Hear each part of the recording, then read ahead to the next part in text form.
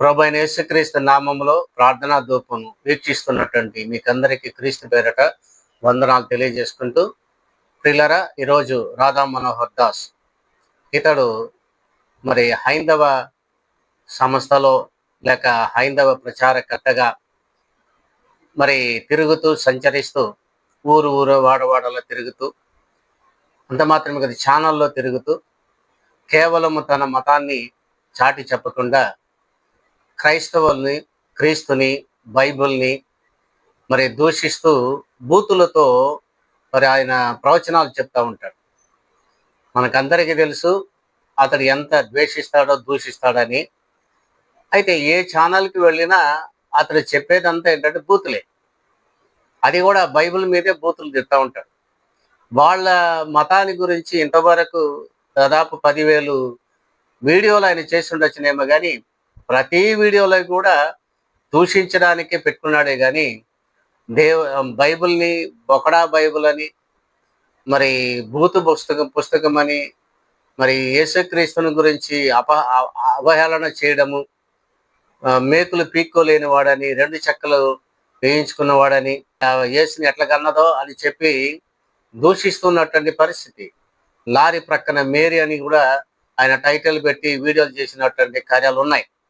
కాబట్టి ఇలాంటి ఒక భయంకరమైనటువంటి పరిస్థితుల్లో ఆయన శరీరం అంతా కూడా పూర్తిగా నోట్లో బూతులు, ఆయన మాటల్లో బూతులు, ఆయన ఒళ్ళంతా బూతులే.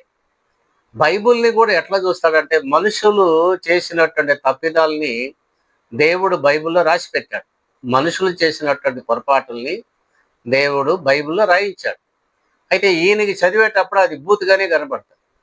ఎప్పుడు కూడా బైబిల్ని అందులో ఉన్నటువంటి బూతులు ఉన్నాయా లేదని చెప్పి ఆయన పరిశుద్ధమైనటువంటి మాటలు కూడా ఆయనకి బూతు మాటలుగానే కనబడుతూ ఉంటాయి. ఆయన కంటికి అదే కనబడుతుంది, ఆయన మైండ్కి అదే బూతులు ఎక్కుతుంది.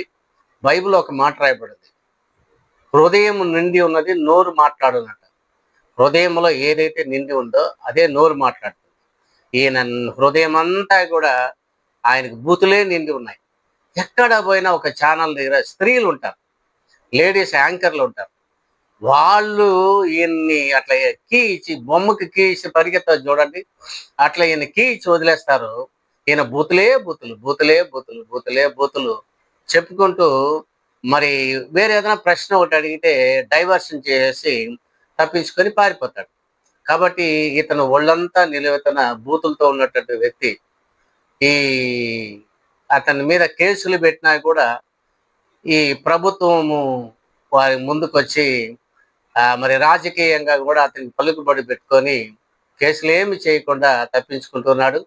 ఒకవేళ ఇతడు మనుషుల బలముతోనూ రాజకీయ బలముతో తప్పించుకోవచ్చును కానీ మన దేవుని బలం దగ్గర అతను తప్పించుకోలేడు. ఒకానొక దినమున అతడు తప్పనిసరిగా సమాధానం చెప్పి తీరుతాడు. మనం అందరికి కూడా చూడబోతుంటున్నాం. కాబట్టి ఈ యొక్క బూతుల సన్యాసి, బూతుల దాసు, బూతుల రాధా మనోహర్ దాస్ ఇతడు నిలువెత్తున